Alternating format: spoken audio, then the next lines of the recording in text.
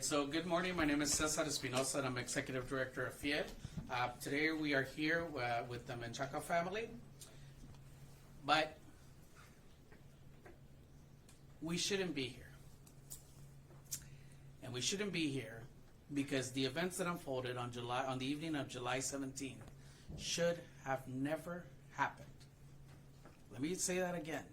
We should not be here today because the events that unfolded at their house on July 17th should have never happened. So now that they did happen, we are here because we need something else to happen. We need the person responsible for harming this young man to face the consequences of his actions, to face the consequences of the decisions that he made that night, to hurt a young boy, a young man who was just burying his guinea pig Cookie outside of his house, right outside of his house. So we have talked to the family. We started talking to the family about a week ago, because just like many other families, this family feels lost in the sense that they want to see things happen now because they are already going through many things. Not only are they having to worry about the health of their son Emmanuel, but they're also having to worry about the fact that their livelihood was hurt, that their safe space was hurt, that they no longer have a home where they feel safe to go back to. And so we are calling today because we don't want this story to go unheard. We don't want this to be brushed off as just another case. And we want there to be justice for Emmanuel. So hoy estamos aquí con la familia Menchaca. Hace una semana empezamos a hablar con ellos. Y estamos aquí y en realidad no tendríamos que estar aquí. Los eventos que pasaron en la noche del julio 17, a donde Emanuel fue disparado, afuera, justo afuera, unos pasos de su puerta, no tenían que haber pasado. Lo vuelvo a repetir, no tenían que haber pasado. Emmanuel ahorita tendría que estar trabajando o haciendo sus actividades, lo que tendría él que hacer como un joven, como un niño de 18 años. So, ahora tenemos una familia que no solamente está teniendo que lidiar con la rehabilitación de un ser querido, pero también tienen que lidiar ellos con todo lo que viene después de esto, la falta de trabajo, la cuestión de que ellos ya no se sienten seguros regresando a su casa, al lugar, a su santuario. Ellos ya no se sienten seguros regresar porque la persona que cometió este acto todavía está ahí. So, hoy queremos pedir y queremos que este caso no pase solamente a la historia, no pase a otro file, sino que se tome acción ahora, porque esta familia ya está teniendo que tomar acción. Emanuel está lastimado, los padres están teniendo que ahora lidiar con todas las consecuencias de esto y más importante, ellos perdieron su hogar porque ellos ya no se sienten seguros regresando al lugar a donde pasó este acto. We want to reiterate that we are going to support this family as much as possible because just like other families, this family did not expect this, did not prepare for this, obviously, because who prepares to have somebody shoot at them outside of their very home when they're doing nothing? So we want to reiterate our support. We stand with you and we will fight for justice for Emmanuel. Queremos reiterar nuestro apoyo para esta familia porque al final del día, ¿quién espera que lo disparen por no hacer nada afuera de su casa? Y es importante que queremos reiterar que vamos a acompañar a esta familia porque al final del día queremos justicia para Emanuel. So to set the context, we are going to play the surveillance video of outside of the Menchaca household in terms of what happened that night.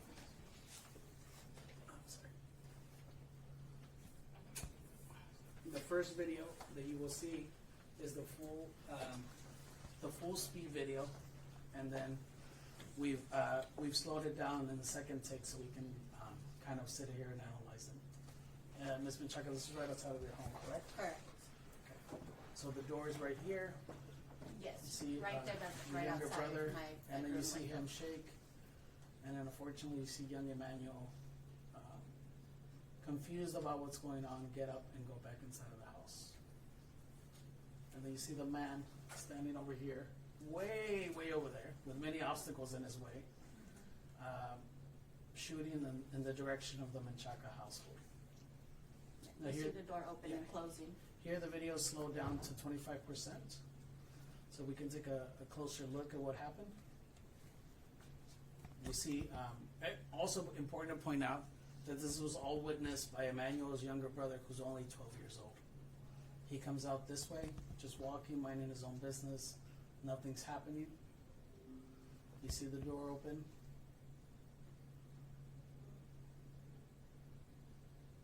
And then you see him hear what I'm assuming are the gunshots, and he hides behind the car, just like any of us would. And then you see young Emmanuel fall to the floor. And you see him on this side of the corner. You can barely make it out, but when you zoom in, you can see the man standing there and pointing the gun at young Emmanuel.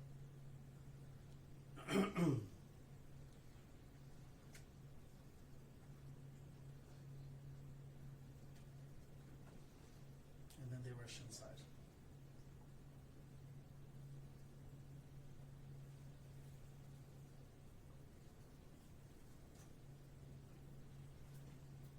And then you see him go, close the door and go back inside of his own home.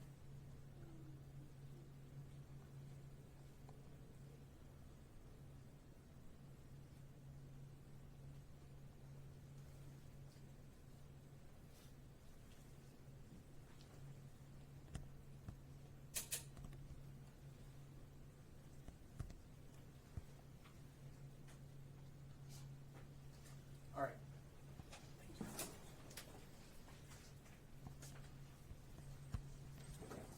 All right, so to tell us a little bit more about what she is going through,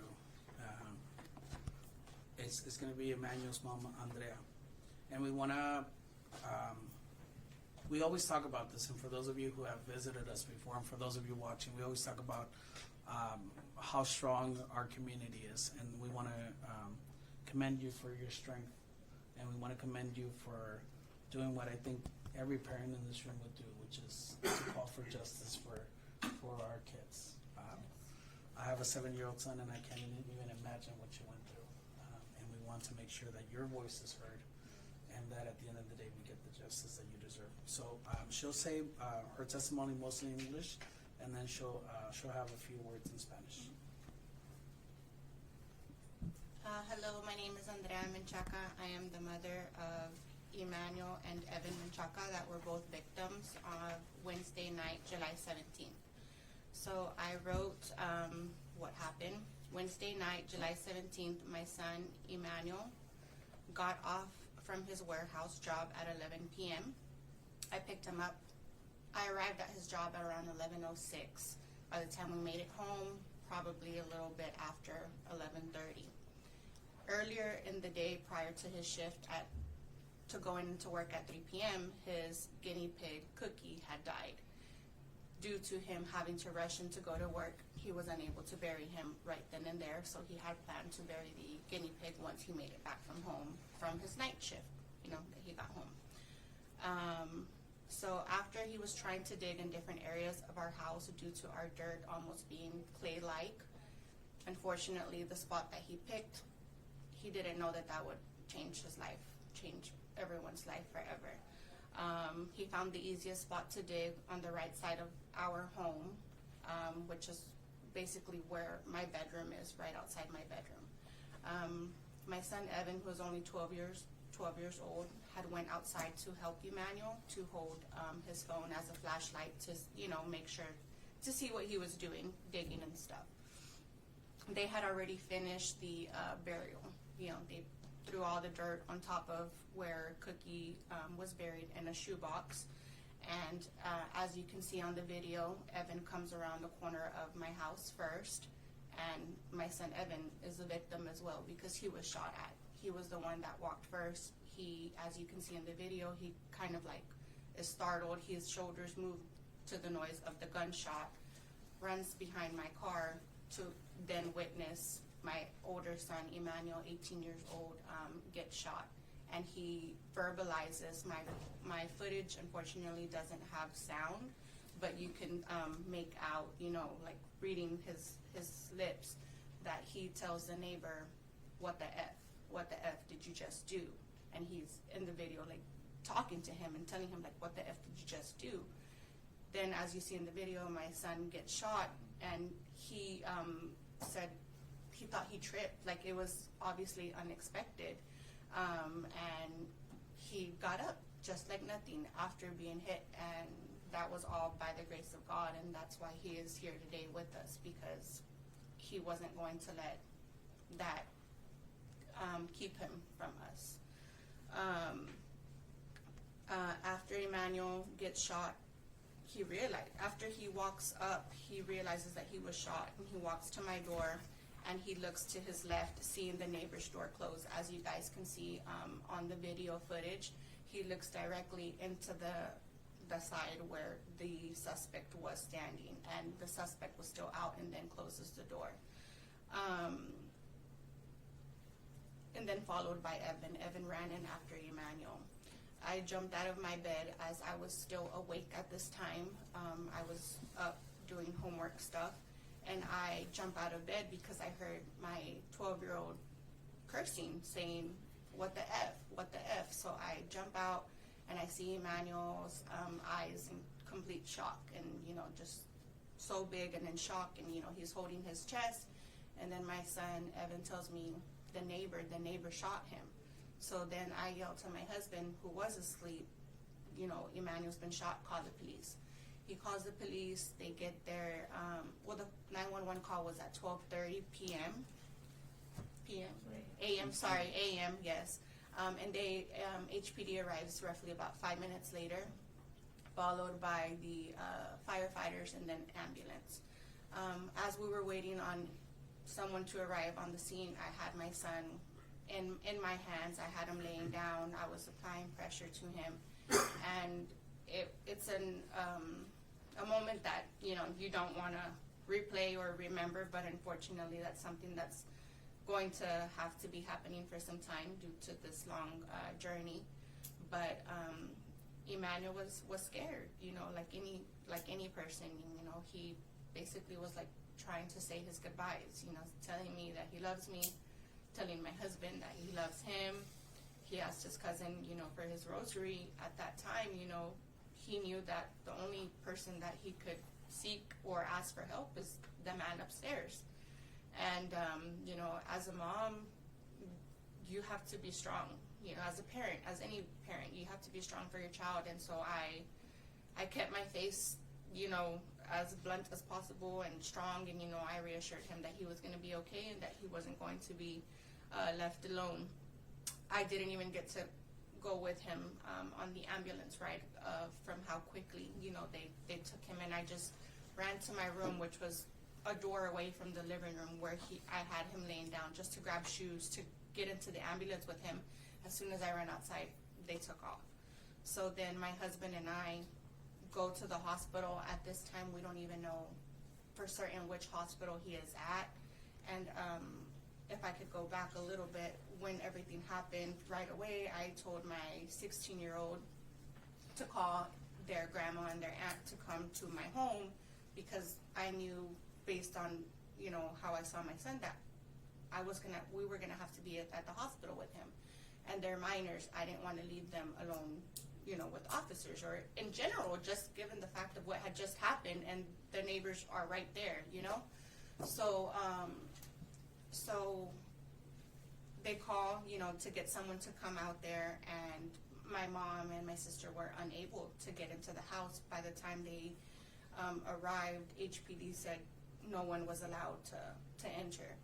So what felt like eternity, which was realistically maybe about an hour and a half, just to get word from the hospital that my son was there and that he was alive. It took almost 2 hours for them just to tell me that. And that felt like a year. It felt like eternity, waiting to just make sure that my son was alive and that he was going to be okay. While all of this is happening, my 2 other children are at their home, you know, at our home. And my 12-year-old was asked to, you know, like to identify and give a statement. Him being a minor, him not having his parents, him having the suspect right next door, as any person would say, I feel, and agree with me, as a parent, you want to protect your children at all costs. And I, at that moment, said, I don't feel comfortable with it because I'm not there, your dad's not there, and you're a minor. Like, I'd rather you identify the suspect through photos. This wasn't something that I could say, oh, this isn't my first rodeo, I know what to expect, I know what to do. No, it's not something that any person wants to have to go through. So I'm thinking my son is going to be feet away from the suspect, pointing him out. That was the guy. So, of course, I said, like any parent would, no, not at this moment. You know, let's do it this way, and when I'm there for you to see, you know, that you're not alone. Because he was scared himself. He was shot at. He saw everything, and it's traumatizing, to say the least.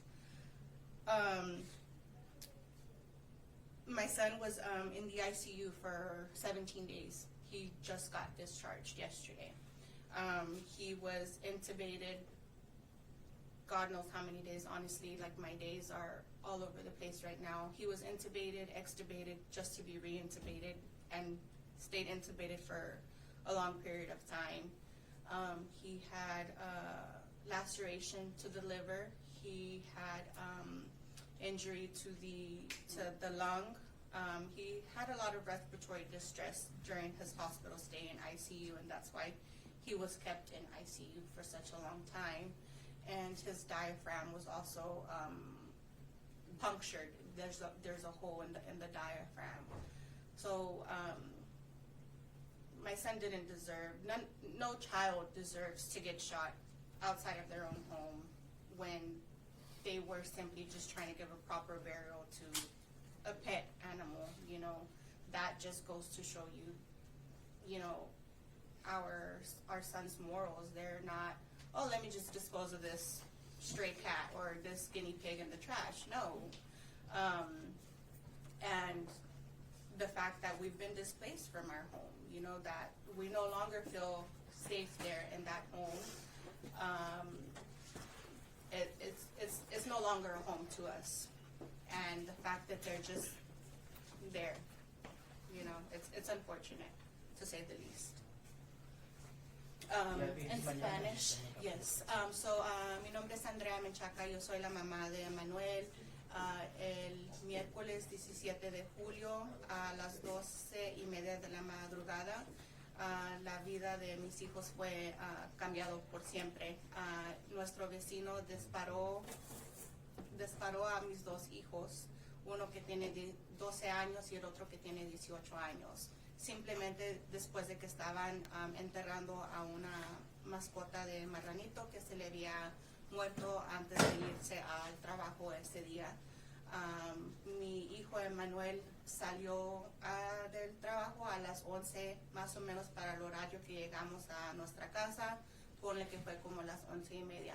Esa es la razón que mi hijo estaba afuera de esas horas tratando de enterrar a la mascota. Y sí se logró completamente terminar el enterramiento, pero desafortunadamente ya cuando ya estaban caminando para entrar a mi casa, es cuando disparó nuestro vecino. Mi primer hijo de 12 años brincó, se puede ver en el video. Desafortunadamente no tenemos sonido con el grabamiento, pero puedes leer los labios de mi hijo que está diciendo como que qué fregados hiciste, en otras palabras. Y está como así, hablándole directamente en su cara, diciéndole qué fregados hiciste. Y mi hijo se levantó como si nada después de que lo habían disparado. Y gracias a Dios aquí está con nosotros hoy. Estuvo en cuidados intensivos por 17 días. Tuvo daño a su pulmón derecho, al hígado fue no sé, lacerado, cortado arriba del hígado, y también tiene un hoyo en el diafragma. So mi hijo fue afectado no nada más internamente por daños en los órganos, pero sino también mentalmente, junto con mi hijo de 12 años. Todos hemos sido afectados y traumados, pero esto nunca debería de haber pasado, y no es algo que quisiera que nadie más pase por esto. Y no es, nosotros como familia aquí que estamos hoy estamos pidiendo justicia, que se haga justicia, y que la persona que hizo esto pague por lo que hizo. Dijo abajo de cómo no quería identificar con la policía. ¿Puede hablar de eso? Sí, puede, de que la policía cuestiona a su hijo si estuviera ahí. Yeah, the question or something in Spanish. Sí, mi hijo de 12 años con mi otro hijo de 16 años se quedaron en la casa solos mientras que fuimos al hospital después de que fue el incidente. A mi hijo de 12 años le pidieron que si él pudiera identificar al sospechoso, pero como cualquier madre, nuestro trabajo es proteger a nuestros hijos, y mis dos hijos estaban solos, sin mamá, sin papá, porque nuestra prioridad en ese momento fue Emanuel, que supiéramos que iba a salir de esto, y gracias a Dios está vivo, está aquí. Yo no permití que mi hijo identificara en ese exacto momento, porque uno, es menor de edad, dos, yo no quisiera que él estuviera enfrente de esta persona que acaba de cambiar la vida por siempre a él y a su hermano, y que él vio todo lo que pasó. Y mi hijo es menor, él tampoco quiso hacerlo porque tenía miedo, como cualquier niño, ¿verdad? Y yo les pedí que si lo pudiera identificar vía foto en vez de en persona, porque no es como que yo podría decir, oh sí, yo ya sé cómo trabaja esto, yo ya he pasado por esto. No, nadie debe de saber cómo funciona, cómo es este proceso. Yo como mamá pensaba que mi hijo iba a estar aquí y a pies iba a estar el sospechoso. Yo dije que no hasta que pudiera identificarlo por fotos, y sí se hizo después, pero sí ha sido bien difícil, por decirlo menos. And lastly, we'll hear from Ms. Tina. Yes. Yes. I am Emmanuel's grandmother. I am Emmanuel's grandmother. And this is, like I said, a situation that nobody is ever prepared, or nobody would like to go through. It's been very hard for our family. Thank God we have great support family. We are a big united family. All we are asking for is justice for Emmanuel. He's a sweet 18-year-old that just finished graduating. He was working. He was trying to be a good citizen. And he is planning on going on college. And he didn't deserve this. He did not deserve this because he didn't do anything wrong. He was not hanging around bad company. He was not doing other things, illegal things. So he was in his house. And this should have never happened. Now we're dealing with this. We're dealing with all the emotional trauma for both of them. We're here trying to be supportive of my daughter, my grandson. And I just hope this never, ever happened to anybody else. And I want justice for my grandson. That's all I want, justice. Yo soy la abuelita de Emanuel. Nada más les quiero decir que esto por lo que estamos pasando es una pesadilla que nunca nadie está preparado, ni se lo deseo a nadie. Yo solamente lo único que pido es justicia para mi hijo, para mi nieto, Emanuel. Él es un niño muy tranquilo, tratando de hacer las cosas que todo ciudadano se espera que se haga, trabajar, estudiar. No estaba en malas compañías, no estaba en lugares que no debería haber estado. Él no se merecía lo que le pasó. Y lo único que pido es justicia para él. ¿Su nombre? Tina, Tina y su apellido. Gallegos.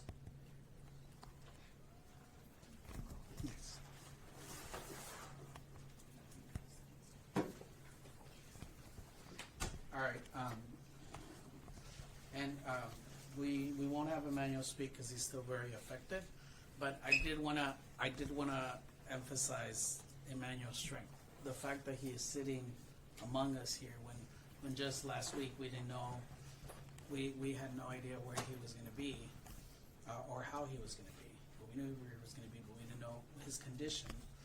It is a miracle, and we wanna thank God, and we wanna thank his family, and more than anything is you for fighting and Yes. for wanting to be here. We had a discussion last night of whether he should be here or not, and Emmanuel wants to make sure that his voice is heard, make sure that he is that the plight for justice continues to be resound. So queremos nada más agregar que hoy nos acompaña Emanuel, y es un milagro que él esté aquí. Hace una semana estábamos todavía en el hospital, hablando con la familia, viendo qué es lo que íbamos a hacer, y él todavía estaba muy malo. So, el que él esté aquí habla de la fuerza de Emanuel, habla de la fe que tiene la familia para que él esté aquí. So, él quiso estar aquí. Inclusive 5 minutos antes de salir le preguntamos que estaba seguro y él dijo que sí. Queremos comendarlo por tu valentía y también por tu compromiso a luchar por justicia. At this time, we will take questions. We want there to be, well, some of the things we're asking for is we want there to be a thorough investigation. We would like to see this person be charged and be arrested. Like we had said, the family does not feel safe going back to their home. They do not feel safe going back to their home. And we also would want to make sure that we continue to support and uplift this family, because even though we see Emmanuel, we see that he's strong, he still has a long road of recovery ahead of him. Because of that, the family, many of who are amongst us today, are organizing a benefit for him on August the 10th at noon. It's a barbecue plate sale, and we will be sharing that on our social media, and we'll also be sending that out to you all if you all want to cover it. So, por lo mismo, de nuevo es un milagro que Emanuel esté aquí sentado con nosotros, porque sabíamos que él iba a luchar, pero él ha luchado muy fuerte, pero todavía le queda un camino largo a la recuperación. So, por lo mismo, la familia está planeando algunas cosas, incluyendo un beneficio el próximo domingo 10 de agosto a las 12 p.m. y lo vamos a estar compartiendo en nuestras redes sociales para que la comunidad pueda ayudar y contribuir para ayudar a esta familia. All right, so at this time we'll take questions. We do ask that we do not ask Emmanuel any questions. Like we said, he's not going to speak today, and we also ask that if it's too technical, well, then we'll refuse to answer at that point. But if there's questions, which I'm sure there are, we will take questions. Excuse me. This was for you, Cesar, first before we get into Andrea. Why was it so important for you to pick up this case? It's anytime we see a family who, and you said it yourself, that they're not bad people. They're not used to being around the criminal immigration system or any system. There's a lot of questions, and there's a lot of things that we just do not know. And so we like to help families. We want to help families to understand these very, very complex systems, which are even sometimes hard for us to understand. Even they're not fair. I mean, the fact that they're, that justice takes such a long time is something that we have to explain to families. And we want to make sure that we sit down with them to create realistic expectations of where to go next, and then to help them out with different things like putting on events like this, so they don't have to relive the trauma over and over and over again. What exactly are you seeking? Now, it's unfortunate what happened to him. It's a blessing that he's here. What exactly do you want? Is the suspect still staying right next door to you guys? I mean, Yes. Tell us what exactly So- you would like to see happen. So the suspect is still living next door. There has, and we would like for the district attorney and everybody involved to be able to file charges and for this person to be arrested. And then at the end of the day, for them to face the legal system and for there to be a punishment, because there was a decision made that night. Once again, we want to reiterate that Emmanuel was on his side of the property, right outside his mom's door, burying a guinea pig. And there was a person who made a decision to either look out or go out, grab a gun, and go shoot at these kids. Why? These kids. We don't know. And that's the question that the family needs an answer to. Andrea, I actually called the Houston Police Department before we got here. I asked them what was going on with this investigation, and they tell me it's still being investigated. Yeah. I actually went to your house the day it happened.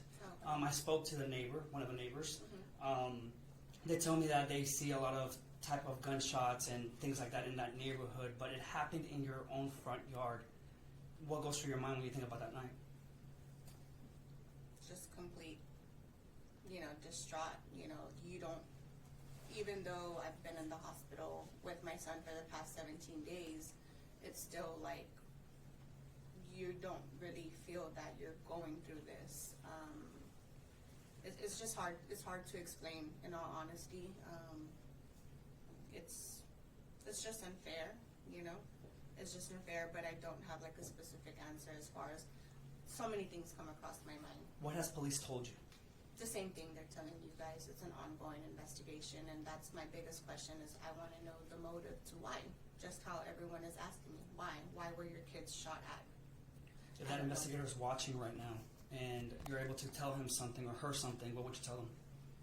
I would tell them to please continue doing everything in your power to help us, as a family, to make sure that justice is served, because their job is what needs to be done to get justice.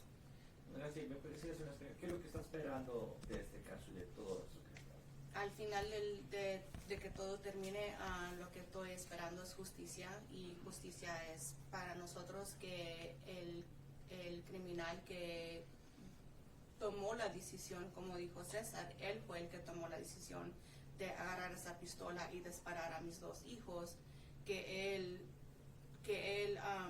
sea responsable por la mala decisión que él hizo, que afectó a nuestra familia totalmente. No nada más salud por mi hijo, que es lo primario, ¿verdad? Lo principal, pero mentalmente nos sacó de lo que era un hogar, ¿verdad? Que nos sentíamos safe, seguros allí, y ahora no, hasta en donde sea que nosotros estemos, todavía estamos con ese miedo. ¿Qué le han dicho las autoridades? Lo mismo que les han dicho a ustedes, que simplemente es una investigación que está en proceso, y como ustedes nos han preguntado a nosotros, o que entre redes sociales se ha estado preguntando por qué fue que disparó este hombre a los niños, yo también quisiera saber la respuesta. ¿Y este vecino han tenido problemas o no problemas, sino han convivido con esa persona? Hemos sido como vecinos cordial, ¿es así? Cordial. Ajá, cordial. Sé los papás del sospechoso. No es vecinos que, oiga, ven a comerse un taco o algo así, pero cordial. Hola, ¿cómo está? ¿Cómo ha estado? El papá ha ayudado a mi hijo a reparar un go-kart. La mamá del sospechoso ha arreglado vestidos, pantalones. No es como que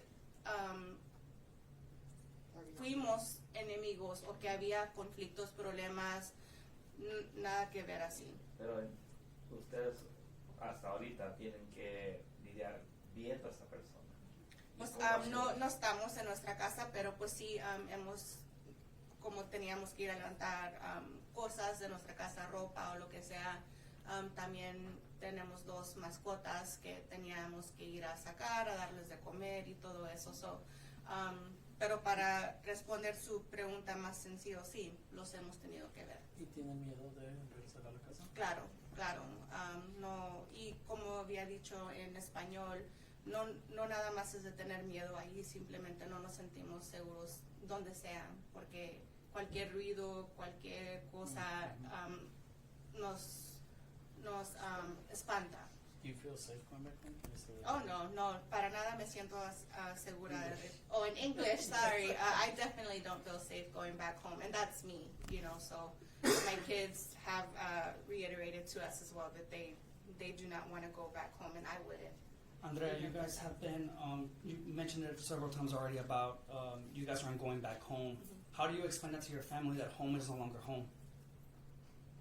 There's no way to explain it. There's just no way to explain it, or there's no words to make it any better, in a sense, I guess, to explain. And that's the question that we have. How do you justify, once again, a family, a young man? I actually was sharing with him that I told a friend of mine that he was a little boy, because to me, 18 years old, no disrespect to anybody here, but to me, 18 years old is still a little boy, right?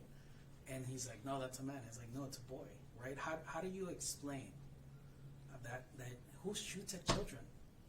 If you see Emmanuel's brother, he's young, looks younger than. Who shoots at children in the dark? Who shoots in the dark? Who shoots at a neighbor's house? Like, why? Why is the big question, and that's the question that we all need to ask. And more importantly than the authorities doing an investigation is we need a thorough investigation Pero ¿por qué as to what happened. ¿Por qué creen que eso se está tomando tiempo? Bueno, sabemos que las cosas toman tiempo, pero también no queremos que este caso pase a los miles de otros casos como a veces pasa en Houston, que de repente se olvidan o todo eso. Y más importante que hacer una investigación, necesitamos que la policía y todas las personas involucradas hagan una investigación profunda de qué pasó, qué había pasado, porque esta persona sintió, él imaginó un peligro, qué decisión tuvo él para agarrar una arma y dispararle a niños que si ves a su hermanito él se ve más chiquito que él y está disparando en contra de la casa del vecino. No estamos hablando de que alguien está entrando en su puerta y él se defiende. Está disparando en contra de la casa de los vecinos. ¿Por qué? A sus espaldas. A sus espaldas. A los dos. I'm just asking this question. Quiero preguntar esto. Like I posted an initial article when this happened to Emanuel about the guinea pig, and people don't understand why it's such a big deal for a guinea pig. But can you kind of go like, what's the history with it? Why did he decide to do a proper burial? I know that you talked a little bit briefly about that, but can you kind of expand on that? I wanted to, before she explains, and I know she explained it better, but I wanted to reiterate that this shows the character of Emanuel, and this shows something very innocent, right? You have a pet die, and instead of just throwing him in the trash, you want to give him a proper burial, or them a proper burial, and that shows the Emmanuel's. Not only that, but it shows his. It shows his innocence, but it also shows that he's a caring person. He's not just a person that's just going to say, I'm going to flush this fish down the toilet or whatever it is. So quiero enfatizar que al final del día era una mascota, y en vez de Emanuel tirar a la mascota o deshacerse de la mascota, él quería darle un entierro digno. Y eso para mí demuestra el carácter de Emanuel, demuestra que él le importan las cosas. Y demuestra mucho de quién es como persona. I'm sorry, do you mind repeating that? The people say it's a guinea pig. Why is that important? It's important because it was just more than an animal. It wasn't just like, let's just go have fun. Like, no, any animal to us is like family, and family is everything. So it was important that he gave that animal a proper burial because, like I said, it was like family to him. He recently had gotten the guinea pig for Christmas. He didn't even have it that long. So yes, to some people, they're like, oh, well, what are you doing outside at that time? We're in our own home. We really don't need to explain why, but the answer is because he was with his younger brother burying a guinea pig. And I don't mean to cut you off, I'm sorry. You and I have been having conversations through email. I'm with Channel 2, and you briefly talked about Emanuel was going to go to college, he was Yes. working, he was raising money. Now this happens. How is this putting him behind? So exactly today, my husband and I were supposed to be heading back to Houston from getting him situated. So it's delayed his process as far as when it comes to him starting school. So it's hard. It doesn't mean that he's not going to go to school or continue his life. It's just a long process and a journey, a little setback, as you should say. But to specify today on this exact date, he was supposed to be in his new apartment in San Antonio getting stuff ready for school. And yet here we are today, in a place we shouldn't be, because this should have never happened. So once again, we're asking for the community support, for all the authorities involved to do their job correctly and get this family the justice that they deserve. Hoy la familia tenía que haber estado regresando, de instalar a Emanuel en su dormitorio, en su apartamento en San Antonio, pero eso no es posible porque alguien hizo una decisión que nos trajo hoy aquí, un lugar donde no tendríamos que estar. Pero le pedimos a la comunidad y a todas las autoridades que tomen cartas en el asunto y que ayuden a esta familia a tener la justicia que ellos ahora se merecen. And lastly, I did want to point out the Get Well Soon card. This family is very united. Can you guys open it up? I want them to see that a lot of people are wishing Emmanuel well. And so I wanted us to just take a look at it. A lot of people, and we're hoping to have that on Sunday also at the benefit so that more people can send us well wishes, and we can continue to support this young man in his road to recovery and this family in their road to wherever we may go next. So at this time, we do ask the family, we do ask the media to continue to give this family some privacy while they continue on the long road ahead. For Emmanuel, he has some days where he needs to rest and things like that. So the next time we will give him, as soon as something happens and we hear from the DA or HPD, we will call for another press conference either here or somewhere where the family feels comfortable. But at this time they do want to go rest, and a little birdie told me that Emmanuel wants taconazo again, so if you want to get him that, then if you're a Houstonian, you got to know about taconazo. So thank you so much, and we'll be in touch with this family, and we'll let you guys know when they new updates. Thank you. Thank you. Emanuel. Emanuel.